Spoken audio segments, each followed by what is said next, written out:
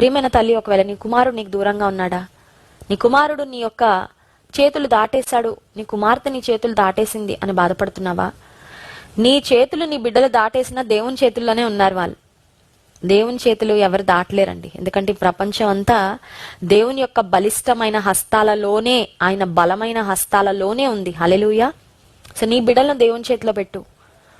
వారిలో కొన్ని పరిస్థితులు చూస్తున్నప్పుడు నువ్వు అంచనా వేసుకోవచ్చు, ఇదే కంటిన్యూ అయితే, ఇదే ట్రెండ్ కంటిన్యూ అయితే, ఇదే ఆలోచన కంటిన్యూ అయితే వారు పెద్దయ్యాక ఎలా తయారవుతారో మనం ఆలోచన చేసుకోవచ్చు. కనుక వారి కొరకు చిన్న వయసు నుండే దేవుని సన్నిధిలో మరి ప్రార్థన చేస్తూ దేవునికి అప్పగిస్తూ ఉన్నప్పుడు, అందుకే సామెతల 1వ అధ్యాయము 8-9 వచనాల్లో రాజైన సొలొమోను చక్కని మాట రాస్తాడు చూడండి.